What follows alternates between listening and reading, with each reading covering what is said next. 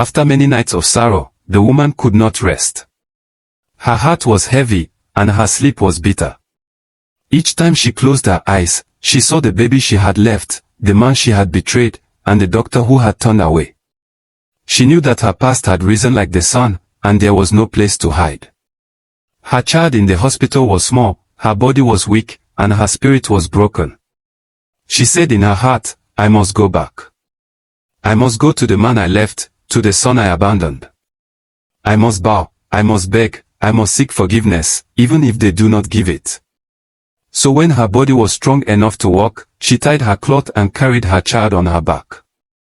She left the city of noise and shame, and she followed the long road that led back to the village she had run from so many years ago. The road was not kind. The dust rose, the sun burned, the rain fell, but she walked. Each step was heavy, each mile was sorrow, but she went on. She reached the edge of the village, and the children stared, for her face was old, her eyes were tired, her clothes were torn. She went to the hut she had left. There, under the shade of a tree, sat the old man she had once called husband. His beard was white, his hands weak, but his heart was still gentle. He looked at her, and his eyes remembered. The years rolled back, and he saw the young woman who had once sat in his hut, who had once shared his fire, who had once held their baby boy. She fell to the ground before him. She pressed her head to the dust. She wept and said no words, for her tears spoke louder than her mouth. She begged with her whole body, with her whole soul. The man looked at her long. His heart was torn, for he had carried the pain of her living for many years. But he was a man of soft spirit, and his heart was not stone. He did not lift her high, but he did not push her away. He let her sit by the door. He let her eat from the pot. He let her stay in the hut. But the wound was deep, and trust did not rise in a day. Later, she went to the great house of her son, the doctor. And she walked slowly through the wide gate. The guard stopped her, but she said, "Tell him his mother waits." When the doctor heard, his face grew hard again. He remembered his father's tears, his own hunger, his own shame. He remembered the empty mat. But he also remembered the voice of the elders, "Forgiveness is heavy, but forgiveness heals." He went out, and he saw her.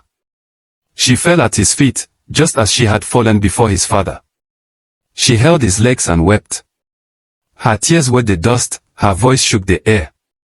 She begged with all her strength. She said, "My son, I was blind. I chose gold, and it turned to dust. I left love, and love left me. Forgive me, even if my wound cannot heal.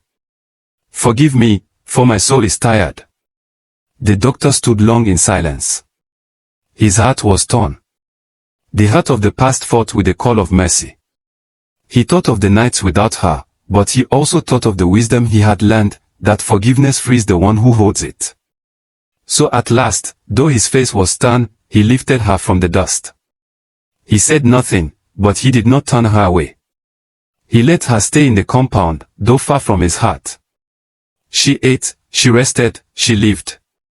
And though she was never whole in their love again, she found a little peace, because she had bowed, she had begged, and she had been allowed to remain. Her regret was still her shadow, but she did not walk alone.